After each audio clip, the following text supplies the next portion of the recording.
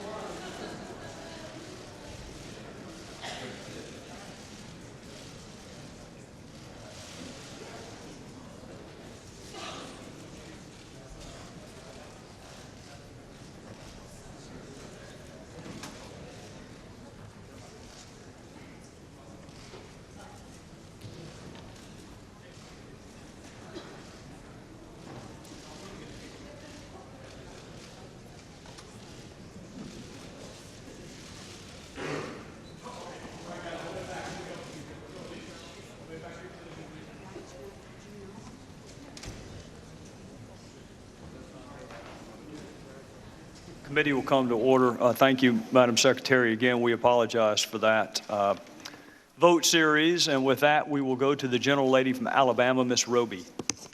Thank you, Mr. Chairman. Secretary Clinton, I want to talk to you about August 17th, 2012. On that day, you received 2 memos about Libya and its security.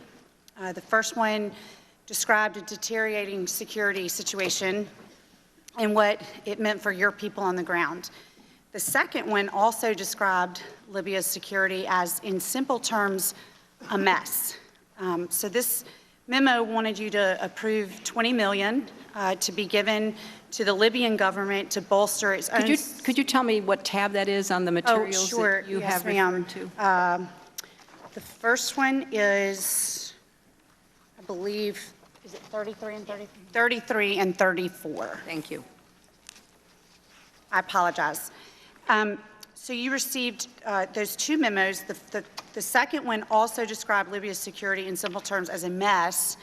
And it was then that you were approached about approving this $20 million that we've referred to as the contingency fund, $20 million that would have gone to the Libyan government to bolster their own security there in country. And then, in fact, a few days later, you approved that $20 million. And I'm going to get back to that in a minute, but I want to circle back based on those 2 memos to some questions that my colleague, Mr. Pompeo, asked about the 1998 ARB. You had talked about in that line of questioning that you, in fact, had made the decision to close some embassies based on the premise that the 1998 ARB recommended the Secretary of State should personally review the security situation. You made a distinction between whether the walls should be 10 foot high versus whether or not it was a highly vulnerable situation. And so I wanted to ask you, when I was listening to that, knowing that I was going to address these August 17th memos, I wanted to ask you, when you were looking at these 2 memos on August 17th, one said their security was one in disarray, and the other said they paint a picture of a country in chaos. And I wanted to just ask you, in your opinion, as Secretary of State that had closed embassies, whether those references to the security situation in Libya would amount to one as highly vulnerable per your own words.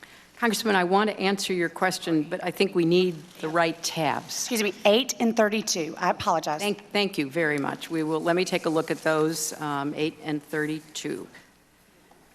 On August 17th, there was a memo from Beth Jones, the acting Secretary of State, describing a spike in violence and characterizing it as perhaps a new normal.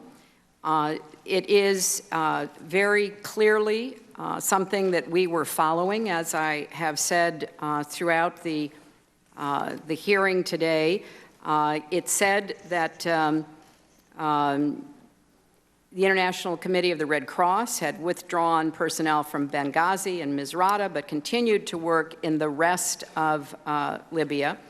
It also pointed out that there is a lack of effective security, and that the transition, the kind of transition we wanted to see for the people of Libya, and particularly in Benghazi, was not as forthcoming from the Libyans themselves. I think that the description here is certainly something that we were aware of, and a list of recent violence in Libya is something we were aware of, and the ongoing monitoring of the situation in Libya is something we took very seriously. I can tell you that these kinds of assessments were not uncommon for other places, high-threat, dangerous, unstable places, even war zones, where we were also operating. Would you categorize those type of descriptions as highly vulnerable? Well, I think that, again, there was no recommendation based on any of the assessments, not from our State Department experts, not from the intelligence community, that we should abandon either Benghazi or Tripoli. Right, and I understand that. And Secretary Clinton, you know, I guess one of the questions that we need answered is, you were a huge advocate for our presence there to begin with. What prevented you from making the decision based on the knowledge that you had from these memos about the deteriorating security situation? What prevented you as Secretary of State from making that decision on your own? Well, Congresswoman, I took into consideration a wide variety of factors. There were a number of places where violence would spike, and we would have to make a decision. At this point, what we were trying to do was work with the Libyan authorities. That's what the August 17th memo from Deputy Secretary Nides refers to. We were trying to provide additional security assistance so that the Libyans could do more to assist themselves. And, you know, it is the case that in the world we're in today, there are a lot of places that are dangerous. Violence goes up and goes down. Part of what Acting Assistant Secretary Beth Jones was referencing in this memo is this is a new normal? And the Secretary does personally oversee the decision to order departure or shut down posts, and it is important to take that ultimate responsibility very much to heart, which I did, but I think that there was no recommendation to do that. Okay. And again, I was following it, I was watching it, I was trying to, you know, make a very well-reasoned analysis, but I was also listening to the people who were both on the ground and with a lot of experience, who had served in Iraq, Afghanistan, right, Pakistan, Yemen, other places like that, and there was no recommendation. Secretary Clinton, what I'm trying to make a distinction between is the decisions that you made with respect to Benghazi and decisions that your staff made with respect to Benghazi. But I'm already running out of time, so I do want to get back to that $20 million that we talked about.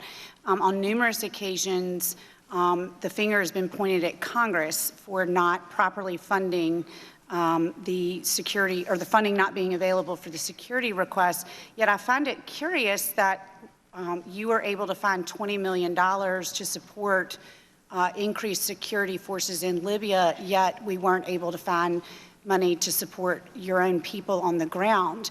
And, you know, particularly in light of the fact that Mrs. Lamb said that funding wasn't an issue. So I think that it's been a little bit misleading to say it's Congress's fault, but then also it's worth pointing out that there was $20 million found for Libyan security and no dollars found to support increased security for our own people.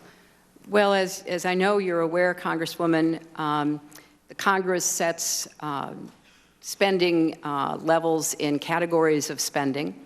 And as I said earlier, the requests for diplomatic security to do exactly what you are referencing were underfunded. They were underfunded continuously. I am pleased that following the tragedy at Benghazi, we began to get more support from the Congress. But one of the funds that is very important when you're actually talking about an American presence in the country goes back to questions that I was being asked by Congresswoman Duckworth.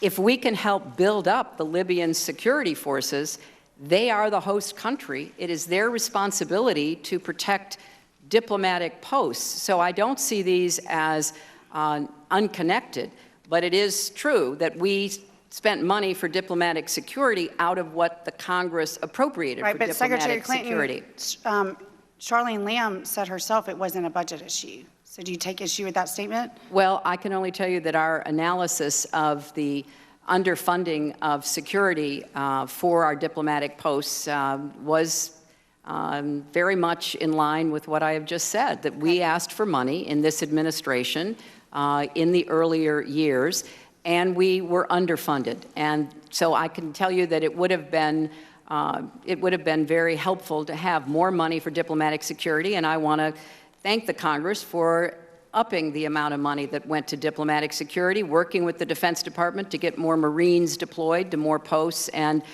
the other actions that have been taken post-Benghazi. We appreciate that, although, again, I really think there's a conflict between Charlene Lamb's statement and some that you've made about that. But real quickly, Mr. Chairman, I want to run through one quick timeline and make an observation. On August 17th, you received a memo on the deteriorating security in Libya. The same day, you were asked to give $20 million to the Libyan government to beef up its own security. Your department issued a warning telling American citizens to get out of Libya and not to travel there. And then Libya itself issued a, quote, maximum alert for Benghazi. You several times made the statement, and we believe you, that Ambassador Stevens was your friend. And I'm wondering why, with all of this in front of you, the Secretary of State, why did it not occur to you to pick up the phone and call your friend? I know you've mentioned experts. I know you've said that Ambassador Stevens and other diplomats go into these high-threat situations with their eyes wide open. But I just want to hear from you why, with all of this information in front of you, particularly on the date of August 17th, did it not occur to you to pick up the phone and call your friend, Ambassador Stevens, and ask him what he needed? We knew what he was asking for. Those requests went to the security professionals, and I would only add, with respect to the travel warning, we issued travel warnings for many, many places in the world. They are really aimed at informing American travelers, business travelers, tourists, about conditions that they might face if they go to countries. They are not a criterion for determining whether we keep or end a diplomatic presence. And I just want to go back to the point you were making and read from the Accountability Review Board. For many years, the State Department has been engaged in a struggle to obtain the resources necessary to carry out its work with varying degrees of success. This has brought about a deep sense of the importance of husbanding resources to meet the highest priorities, laudable in the extreme. But it has also had the effect of conditioning a few State Department managers to favor restricting the use of resources as a general orientation. It is imperative for the State Department to be mission-driven rather than resource-constrained, and one overall conclusion in this report is that Congress must do its part to meet this challenge and provide necessary resources to the State Department to address security risks and meet mission imperatives. My time is out, and I'm afraid my chairman is going to tell me to be quiet, but the last, do you know I'm not going to tell you to be quiet. I'm just going to ask you if you might hold it. I'm going to try to be a little quicker on the gavel than I've been, just in the interest of time. So, okay, I'll circle back then. Thank you. I yield back. I would recognize the gentleman from Maryland. Thank you very much, Mr. Chairman. Let me say that the Madam Secretary and committee, the August 17, 2012 information memo just referenced is not something new. That's right. It's not something that this committee uncovered. That's right. In fact, Congress has had the information memo for years. It was attached to, as an exhibit to the Benghazi ARB report that Secretary Clinton sent to Congress before her testimony to Congress in January of 2013. The ARB had it and considered it important enough to append it to its report, and Congress already questioned the Secretary about her awareness of security conditions in Libya in the run-up to the attacks. Will the gentleman yield? We just gave you an extra 3 minutes. I gotta use my time. I'm sorry. If I have extra time, I'll give it to you. Within months of the attacks, the Republican investigations of Benghazi had begun, and the chief investigator, Madam Secretary, who was chairman of the House Oversight Committee, Darrell Issa, made it clear that his efforts were directed at you. As he spoke at a political event in New Hampshire, Chairman Issa had said he came to that political event in New Hampshire to, quote, shape the debate for 2016, end of quote. How right he was. At that event, Chairman Issa explained, can we roll the tape, please? We need to have an answer of when the Secretary of Defense had assets that he could have begun spinning up, why there was not one order given to turn on one Department of Defense asset. I have my suspicions, which is Secretary Clinton told Leon to stand down. And we all heard about the stand-down order for 2 military personnel. That order is undeniable. They were told not to get off the airplane and cut. The idea that you would intentionally take steps to prevent assistance to Americans under attack in Benghazi is simply beyond the pale. The claim has also been disproven multiple times over. First, it was disproved by the ARB, which issued its report at the end of 2012. Admiral Mullen, former chairman of Joint Chiefs of Staff and had led the ARB's military review, and concluded that the military had, and I quote, done everything possible that we could, end of quote. Then the Republican-led House Armed Services Committee issued its report in February 2014, Madam Secretary, which detailed all of the steps taken by the military to mobilize upon hearing of the attacks, including immediately redirecting a surveillance drone to Benghazi, ordering 2 Marine fast platoons to Rota, Spain to deploy, one bound for Benghazi, the other for Tripoli, ordering the commanders in extremis force training in Croatia to move to a U.S. Naval Air Station in Sigonella, Italy, and dispatching a special operations unit to the region from the United States. About his review, the chairman, Howard Buck McKeon, a Republican, stated, I think I've been pretty well satisfied that given where the troops were, how quickly the thing all happened, and how quickly it dissipated, we probably couldn't have done more than we did, end of quote. Chairman Issa's Oversight Committee, which I am the ranking member of, even spent years actively pursuing evidence for this claim and found nothing. And as it says in the Democratic report we put out on Monday, none of the 54 individuals interviewed by our select committee has identified any evidence to support this Republican claim against you. In fact, not one of the 9 congressional and independent investigations has identified any evidence to support this assertion in the last 3 years. My question: I sincerely hope this puts this offensive claim to rest once and for all.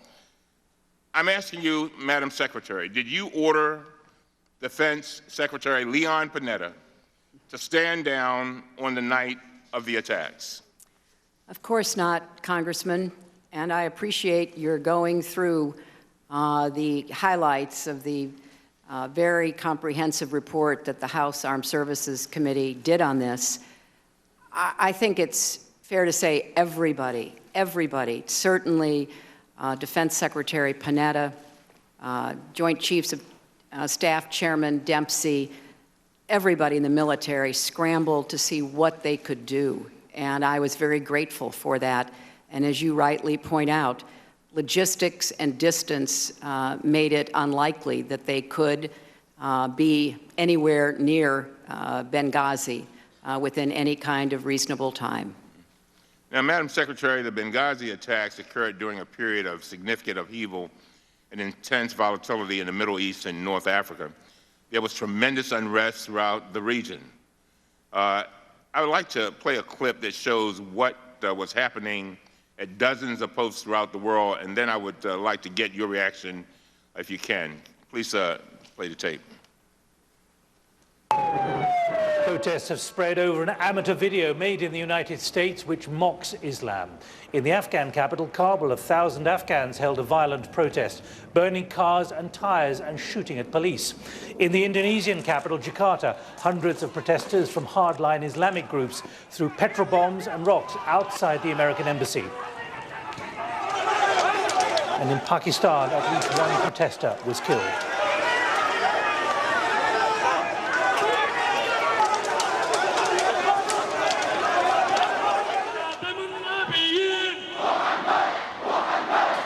In Beirut, Hassan Nasrallah, head of the Shia Muslim movement Hezbollah, called for a week of demonstrations against the video. Tens of thousands have turned out in a tightly organized, peaceful protest. Well, let's go live on the Hub now to the streets of Beirut. Secretary Clinton, what was your sense of how things were unfolding? Congressman, they were very dangerous and very volatile. Starting on Monday with the attack on our embassy in Cairo, going all the way through that week into the next week, there were numerous protests, some of which you have shown us clips of, and they were dangerous. You know, the one that I was particularly concerned about happened in Tunis, and it was the Friday after the attack in Benghazi. We knew from monitoring the media, from reports coming in from our embassies throughout the region, that this was a very hot issue. It was not going away. It was being kept alive. We were particularly worried about what might happen on Friday, because Friday is the day of prayers for Muslims. So we were on very high alert going into Friday. I got a call through our operations department from our ambassador in Tunis, who was in the safe room in the embassy in Tunisia. There were thousands of demonstrators on the outside.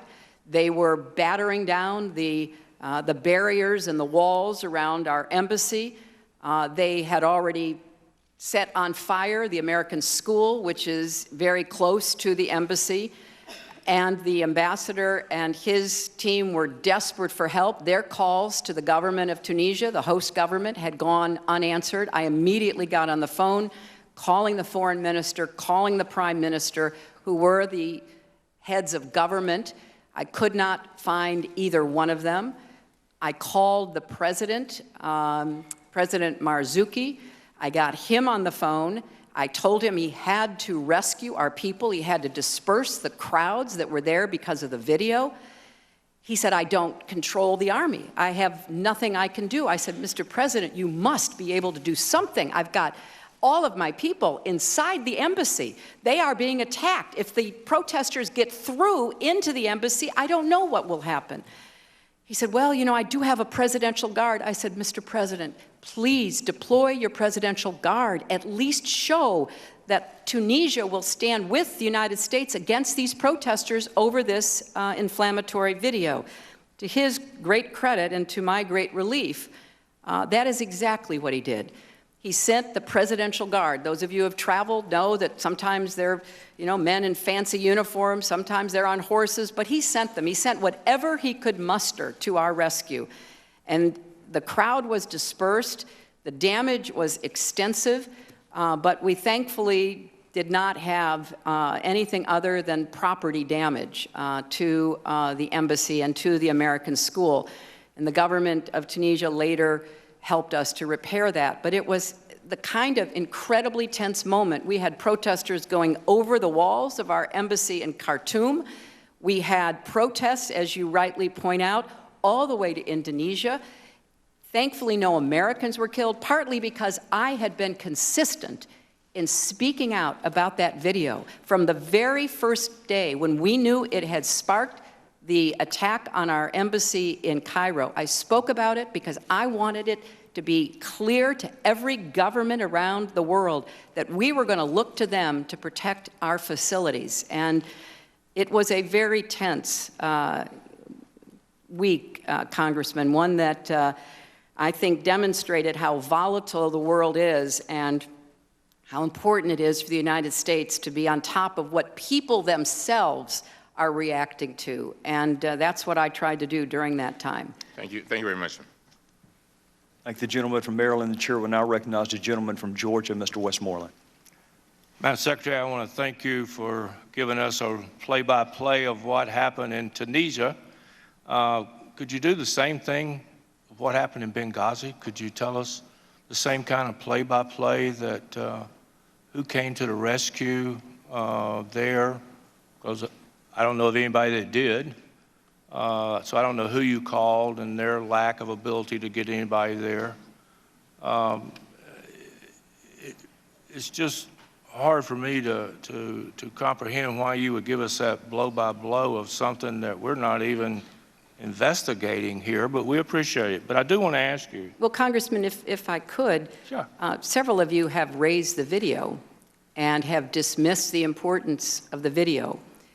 And I think that is unfortunate because there's no doubt, and as I said earlier, even the person we have now arrested as being one of the ringleaders of the attack on our compound in Benghazi is reputed to have used the video as a way to gather up the attackers that attacked our compound. So I think it's important. These are complex issues, Mr. Congressman, and I think it's important that we look at the totality of what was going on. It's like that terrible incident that happened in Paris. I got you. Cartoons sparked 2 al-Qaeda trained attackers who killed, nearly a dozen people. I think it's important that as you are members of Congress looking into these issues, that you look at the totality so we can learn the best lessons to try to. Yes, ma'am. Well, reclaiming my time, let me ask you about a little thing. You said that you spent a lot of sleepless nights, and I can't imagine. And you said you often wondered what you could have done different. What did you come up with? Oh, a long list, Congressman. Just give me your top 2. Well, to go back to the point that Congresswoman Duckworth was raising about contractors, if we'd had a more reliable security force in large enough numbers, well-armed and well-focused on protecting our compound. What could you have done different than what you did do? Well, I'm trying to tell you. I think if the militia that had been engaged by both the CIA and the State Department had been more reliable. But you didn't have anything to do with that, you said. But I made a long list, Congressman, about anything that anybody could have done. And that's how I looked at it. I looked at it from the perspective of what are the many pieces. Contracting is a part of that. There are many other issues that we need to address. That's really the main reason I'm here, to continue to try to do what I can to honor those who were lost and to make sure that, you know, we are well prepared to try to prevent. Now, we know we can't prevent everything. That's the way the world is, but to do the very best we can, and there are many elements that go into that. So the contractors would be number one. What would be number two? Well, if there had, I don't think that's an unimportant point. We had a militia, we had an unarmed static force that probably couldn't have done much more.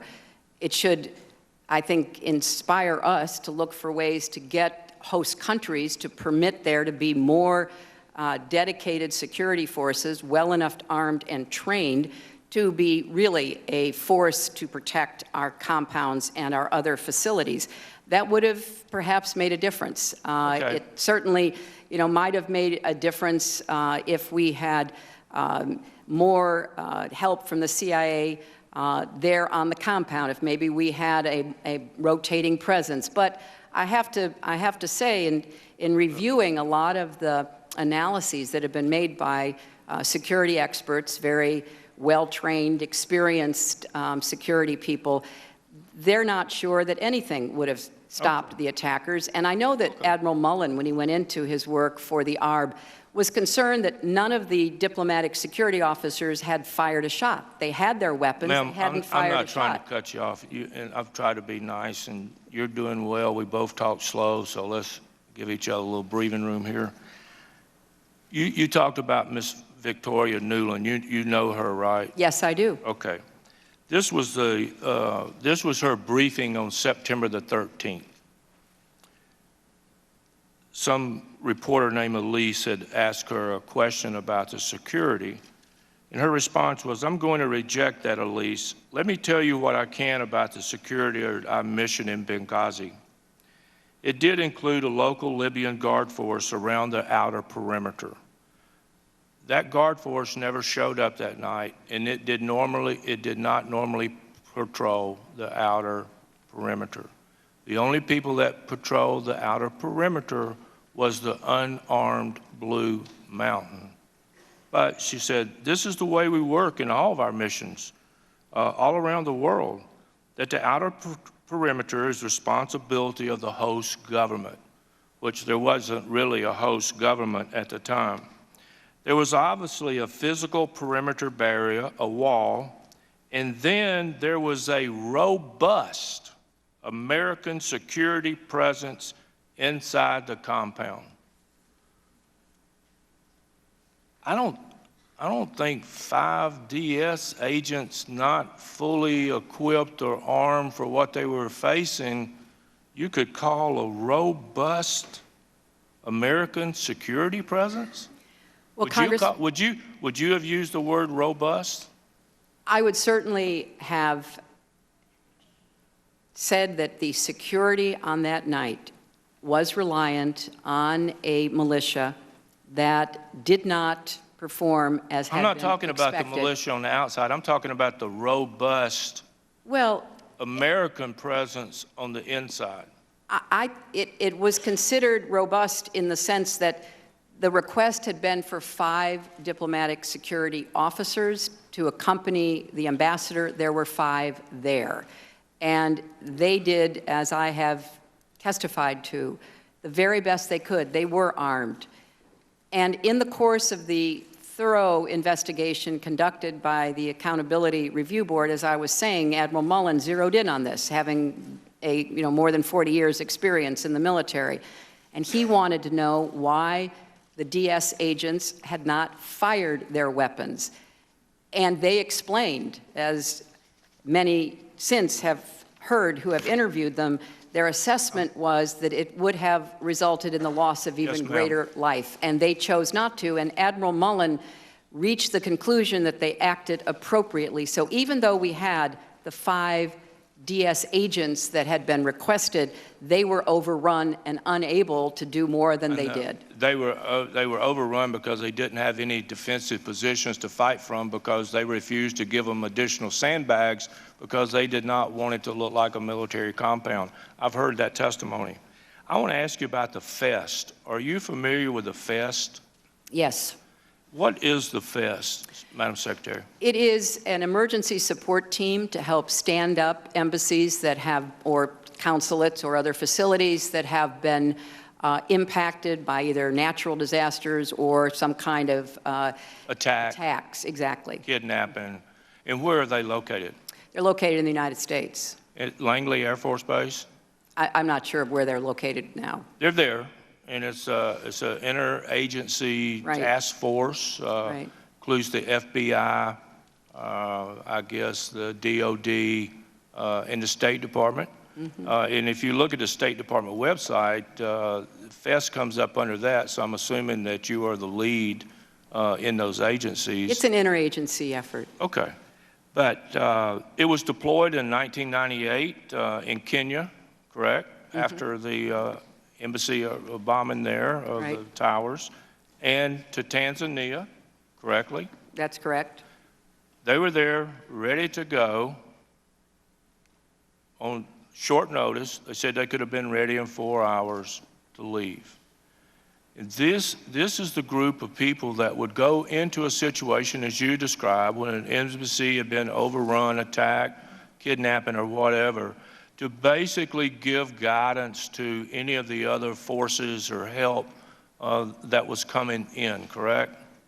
And I know that your staff, and we've got a number of emails from your staff, that originally recommended that, that you send the FEST team.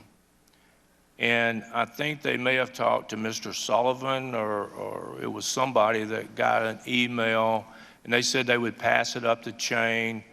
And somebody made the decision not to send the FEST team, which would have been, as Secretary of State, I would think, since it was a State Department-led mission, that would have been the first thing that you would have wanted to get out. But instead, if I understand correctly from the email chain, your first request was to see how soon the FBI could get over there. Is that a true statement? Well, Congressman, the FEST went to East Africa to help rebuild our embassy capacity. They have expertise in once our 2 embassies were bombed, how do we regain communications, for example? We were not going to rebuild in Benghazi, so there was no reason to send a FEST team. There was a reason to try to get the FBI investigators into Benghazi as soon as it was safe for them to go, so they could start to try to build a case so we could bring the perpetrators of the attack to justice. That was absolutely the primary goal that we had in working with the FBI.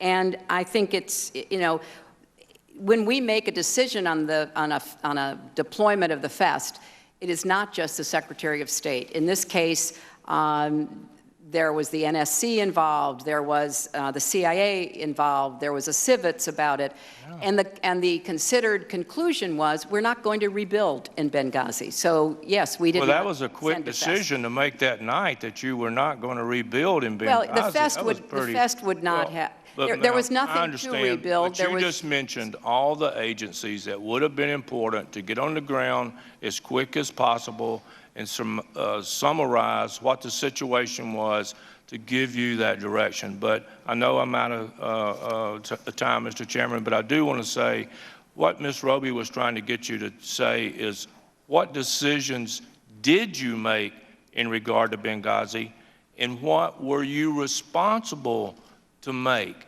And I think that's what all of us want to know. What did you do? And what decisions did you make? And you said everybody else is responsible for everything else. What were you responsible for? I was responsible for sending Chris Stevens to Benghazi as an envoy. I was responsible for supporting a temporary mission that we were constantly evaluating to determine whether it should become permanent in Benghazi. I was responsible for recommending Chris Stevens to be the ambassador. I was responsible for working on the policy both before and after the end of the Gaddafi regime. I was responsible for quite a bit, Congressman. I was not responsible for specific security requests and decisions. That is not something I was responsible for. Gentleman's time has expired. The chair will now recognize the gentleman from California, Mr. Schiff. Thank you, Mr. Chairman. Madam Secretary, we're now almost at the end of the second round of questions, and I find it necessary to amend something I said after the first round, and that is, I don't understand the core theory of this case. I thought I did, but after this round, I honestly don't understand where my colleagues are coming from.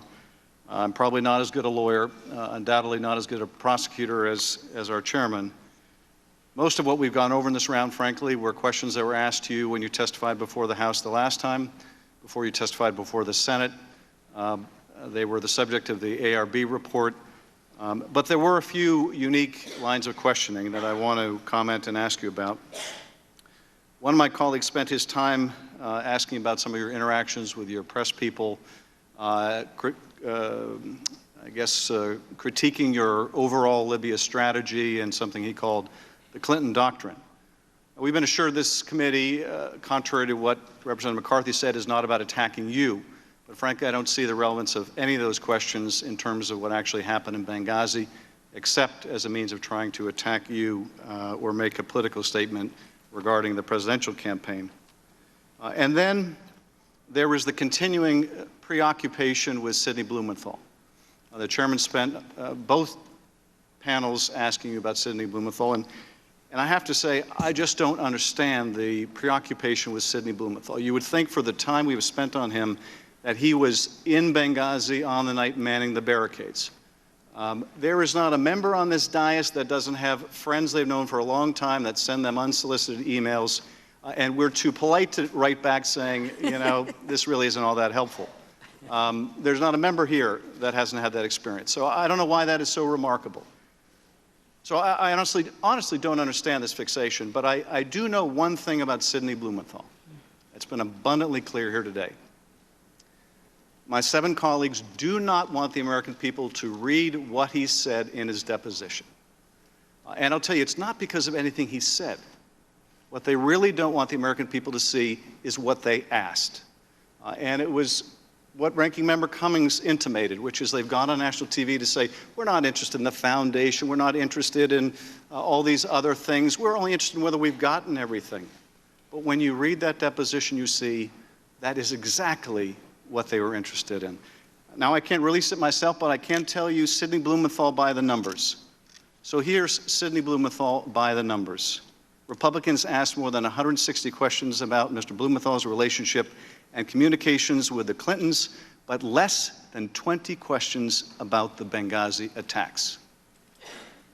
Republicans asked more than 50 questions about the Clinton Foundation, but only 4 questions about security in Benghazi. Republicans asked more than 270 questions about Mr. Blumenthal's alleged business activities in Libya, but no questions about the U.S. presence in Benghazi.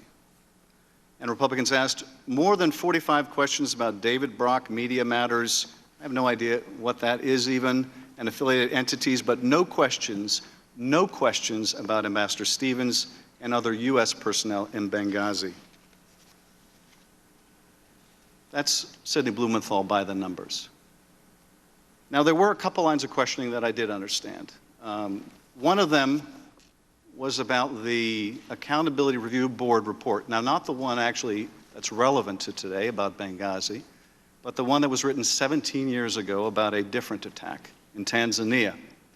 Mr. Pompeo put up a very nice chart. They've got great exhibits, selectively quoting from that report. And the implication was that the secretary should have security, should be the one deciding the security in every facility around the world. What he didn't read to you was part of the same section of that report, which says, quote, in the process, the secretary should re-examine the present organizational structure with the objective of assuring that a single high-ranking officer is accountable for all protective security matters and has the authority necessary to coordinate on the Secretary's behalf. Quite a different impression you get from reading the whole thing. We had a debate about whether we should participate in this committee, given where it was going, where it's been. Mr. Cummings said we should so we could be in the room to point out when a witness wasn't treated fairly. I have to say I think he was right, much as I held the opposite opinion. But it's important to be able to point out, if they're not going to give you the actual report or give you the time to read it, where they want to be selective to make a point. Now, I don't think that selectively quoting that 17-year-old ARB sheds much light on what happened in Benghazi, but it is a nice way to attack you. I also want to talk a bit about something that I spent a lot of time on as the ranking on Intel and as a member of the investigation that the Intelligence Committee did. That was a Republican-led investigation. Two of my colleagues here are on the same committee, went through the same investigation. And my colleagues have intimated that, that there was an effort to spin what happened. And they have neglected to point out, as you might imagine and as you well know, that the intelligence we got after an attack like this in the fog of war, initially you believe one thing, and then you get more information, you understand something better, and then you get more and you understand still something better. And we were briefed by the director of the CIA at the time, I wish he were here today, and our understanding kept evolving. And in the beginning, we got it wrong. And I've looked through that, and in that initial intelligence, within a few hours, there were some reports indicating it was a direct attack, as you told the Egyptian Prime Minister at the time. That was what was understood in the immediate hours. Within 24 hours, though, we had intelligence, both open source and signals intelligence, that there was a protest, that the protest was hijacked, and that it became an attack. And your statements were indicative and reflective of what we knew then. It wasn't until about a week or 10 days later, when we actually got the videos from the compound, that we learned definitively there was no protest. Well, that simple chronology sheds a lot of light on why you and Ambassador Rice said what you did at the time. Not a member here has shown anything you've said or the ambassador said that was at all inconsistent with what our intelligence agencies told us exactly at the time. It may come of interest to some of my colleagues who are not on intelligence to know that there are still a great many people in the intelligence community that believe the video was part of the motivation of some who attacked us on that night. I wish, frankly, we spent more time giving you an accurate representation of the documents and the reports and the facts instead of making an effort to demagogue on this. I find it fascinating, frankly, that my colleagues put so much reliance on the 17-year-old Accountability Review Board report, but they place no weight in the one actually about Benghazi. Thomas Pickering has 40 years of experience. There's probably no one in the diplomatic corps more respected. Admiral Mullen, the other co-chair, chair of the Joint Chiefs of Staff, someone the Republicans and Democrats both respected tremendously. Are we now to believe that they're a bunch of rubes, that they had the wool pulled over their eyes, or they were corrupt or incompetent? Why is their report of so little value? It's hard for me to escape the conclusion that the one centric fact of them all is that you are running for president and with high poll numbers, and that's why we're here. And I say all this because I never want to see this happen again. I don't want 4 years from now or 8 years from now or 12 years from now in another presidential election for us to be in here or for one side or the other. I don't want the Republicans to say, let's do Benghazi again. That really worked. Or the Democrats to say, they did it to us, let's do it to them. And I think, frankly, by only pointing these things out, that's the only way we're going to avoid having this happen again. Well, let me just ask you on that 17-year-old ARB, and in light of Mr. Morrell, who came in and talked to us, not about the security at the diplomatic facility, but at the CIA annex, His testimony was all of the improvements to security at the Benghazi base, the idea to conduct an assessment, the assessment itself, the implementation of its recommendations were all done without the knowledge and direction of the director and I. It happened exactly where it should have happened, which is in that security office. So same view on the CIA's part. Of course, they're not here. But would you like to comment on what the full recommendation of the Tanzania ARB was and the very similar process used in our intelligence agencies? Thank you very much, Congressman Schiff. And I think you make an excellent point. I'm aware of Deputy Director Morell's testimony. It's very similar to what I have said here. It's very similar to what I believe General Petraeus would have said had he come before you, that the issues about security, whether we're talking State Department or we're talking CIA or any other agency, are not made at the level of secretary, director. It is made at the appropriate level of the security professionals. And I think what Mike Morell told you in the Intelligence Committee investigation, you would hear from anyone in the government at a high level who has to deploy Americans around the world. We see that with the Defense Department. You know, we see breaches of security on our military bases, and we know that everybody is struggling to get it right. And as I have said, in the vast majority of cases, our security professionals do. And then, unfortunately, there are instances where they do not. And that's why we have after-action reports, or why we have the Accountability Review Board, to look at what happened and try to learn from it. And going all the way back to Tehran and Beirut and East Africa and the 100 attacks on facilities around the world since 2001, we have tried to learn and apply those lessons, and will, I hope, continue doing so. Thank you, Madam Secretary. I yield back. Gentleman yields back. The chair will now recognize the gentleman from Ohio, Mr. Jordan. Thank you, Mr. Chairman. Secretary Clinton, just a few minutes ago, you said some of you have raised the video. Raised the video? You raised the video. At 10:08 on September 11th, 2012, you raised the video. At 10:08, with Americans still fighting for their lives an hour and a half before the attack ends, you raised the video. So I want to go back to that 10:08 statement. In our first round, you said that the statement was not meant to explain the type of attack or the cause of the attack. So let's look at your statement. Official press statement from the Department of State, statement on the attack in Benghazi, press statement, Hillary Rodham Clinton, Secretary of State, Washington, D.C., September 11th, 2012. 12 sentences in this statement. I'm going to focus on the one. Some have sought to justify this vicious behavior as a response to inflammatory material posted on the internet. There's a cause, there's a motive presented there, and there's only one motive. You say this, you say, inflammatory material caused vicious behavior. Vicious behavior that led and resulted in the deaths of 4 Americans. There sure seems to be cause there. Congressman, may I read what I said? What I said is that I condemn in the strongest terms the attack on our mission in Benghazi today. As we work to secure our personnel and facilities, we have confirmed that one of our State Department officers was killed. We are heartbroken by this terrible loss. Our thoughts and prayers are with his family and those who have suffered in this attack. This evening, I called Libyan President Magharif to coordinate additional support to protect Americans in Libya.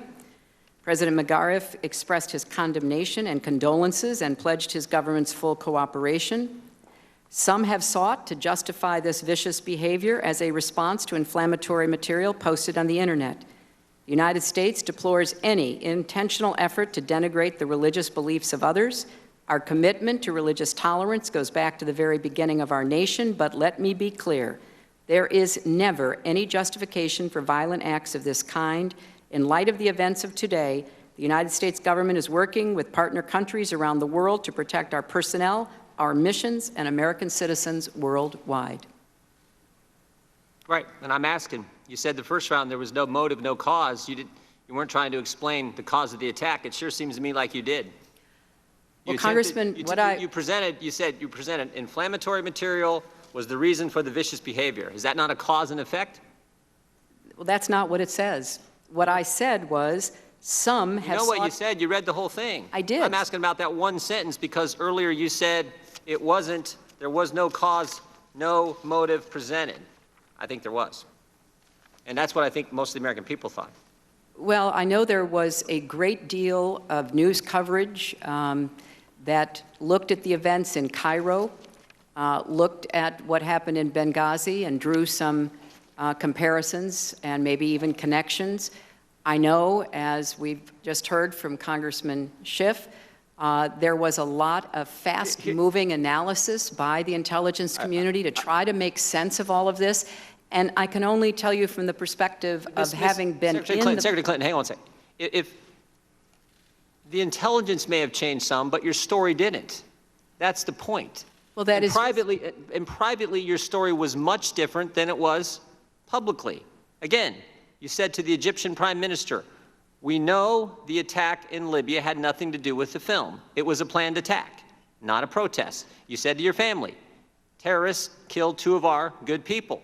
So your story privately is much different than what you're telling the American people. The intelligence may have changed, the video may have had an impact in other places, but in Benghazi it didn't, and you tried to put them all together. That's what bothers us. Let me show you a slide here. This is from September 14th. And the first statement's by Jay Carney. Let's be clear, these protests were a reaction to a video that had spread to the region. We have no information to suggest that Benghazi was a pre-planned attack. The statement below is from your press person in Libya. Sends this to Greg Hicks and to the experts in the Near Eastern Affairs Bureau, the same people who said Susan Rice was off the reservation on 5 networks. Here's what they get. Here's what she says to them. Benghazi, more terrorist attack than a protest. We want to distinguish, not conflate the events. This was a well-planned attack. So again, privately, the experts in the Near Eastern Affairs Bureau, the experts on Libya, know that this was a well-planned attack, but publicly, Jay Carney is saying the same thing you're saying publicly. We have no information that this was pre-planned. This was caused by a video.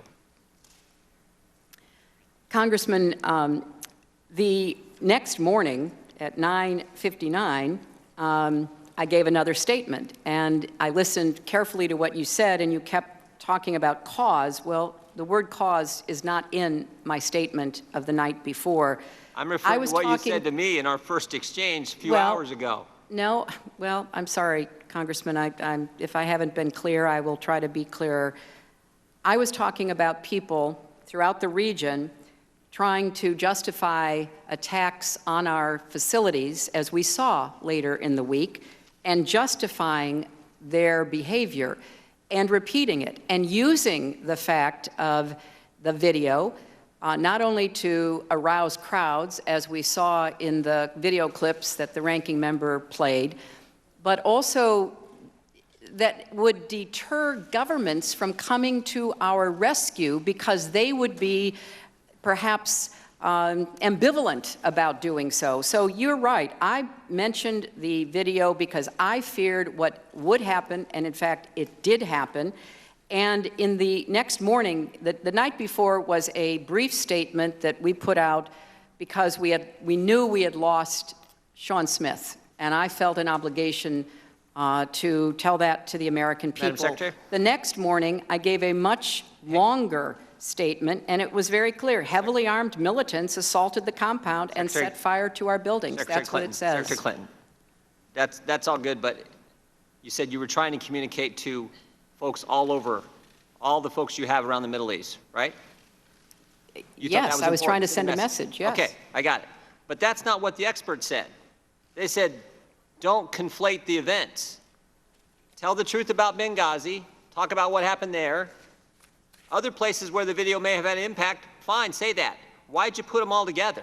When you didn't do that privately, when you told your family about Benghazi, it was terrorists killed 2 of our people. When you talked to the Libyan president Ansar al-Sharia did it. Al-Qaeda did it. When you talk to the Egyptian prime minister, we know it's not a film, we know it's not a protest, we know it's not a video, it's a terrorist attack. Well, Congressman, I was working off the information that we had, which was that Ansar al-Sharia claimed responsibility. And at that point, I did say that it was an al-Qaeda related group. Madam Secretary, look at the difference in these two statements. Well, one says it wasn't a pre-planned attack, that's Jay Carney talking publicly. The other one says, from your experts in Libya, says it was a well-planned attack. Now, they could not be further apart. They could not be. That's what I'm having a hard time figuring out. And you know what's interesting? The date of this, 9/14/12, 9/14/12. You know what else happened on the 14th? September 14th? There's another document that's kind of important. That's the same day that Ben Rhodes drafted his talking points memo. Bullet point number 2, to underscore that these protests are rooted in an internet video, not a broader failure of policy, because we couldn't have Libya, your baby, as Mr. Roskin pointed out earlier, we couldn't have that fail. Can't have that. So the same day you got Jay Carney saying this was no way a pre-planned attack, and the experts in Libya, talking Greg Hicks and the Near Eastern Affairs people, are saying it was a well-planned attack. That same day, the talking points that get Susan Rice ready for the Sunday shows, make sure you focus on the video. Congressman, make sure you focus on the video, not about a broader policy failure. After all, we got an election coming in 50-some days. Well, Congressman, I believe to this day the video played a role. I believe that the person we have... But your experts didn't. There were many experts. If you look, you probably haven't had an opportunity to read the excellent report issued by the Democrats, but on September 13th, the intelligence community issued its first thorough, fully coordinated assessment of what happened in Benghazi. It said, we assess the attacks on Tuesday against the U.S. consulate in Benghazi began spontaneously. The attacks began spontaneously following the protests at the U.S. Embassy in Cairo. Extremists with ties to al-Qaeda were involved in the attacks. There is no contradiction. The protest, because of the video, bringing in those who are affiliated with al-Qaeda, there is no contradiction, Congressman. How about this contradiction? Well-planned attack, no pre-planned attack. How about that? One of them is well-planned, one of them isn't. Jay Carney says there was no pre-planned attack, and the experts in Libya said it was a pre-planned attack. Well, the experts in Libya were among the experts looking at this and analyzing it. We went on the basis of the intelligence community, and they were scrambling to get all the information that they could. And yes, the intelligence community assessment served as the basis for what Ambassador Rice said when she appeared on the Sunday show. And on September 18th, when the video footage arrived from the security cameras, the deputy CIA director has testified it was not until September 18th when the CIA received the Libyan government's assessment of video footage that showed the front of the facility with no sign of protesters that it became clear we needed to revisit our analysis. And then, after they looked at the video footage and FBI reporting from interviews of personnel on the ground in Benghazi during the attacks, the CIA changed its assessment. And that was explained thoroughly in the bipartisan report issued by the House Permanent Select Committee on Intelligence, which did a very thorough job, Congressman. Gentleman yields back. Madam Secretary, I think we're going to take a quick 10-minute break. 2 of my colleagues throughout the day have asked for 10 seconds. I've had a third colleague ask for 10 seconds. If she holds it to 10 seconds, I will give the gentlelady from Alabama 10 seconds. I just wanted to point out that the ranking member is actually incorrect. The August 17th memo that I was referring to in my last question, we have not had the opportunity to discuss with Secretary Clinton and how it affected her decisions, and it was just declassified last week. All right. With that, we will take a 10-minute break and come back. I think that memo was available beforehand. You know, we'll go.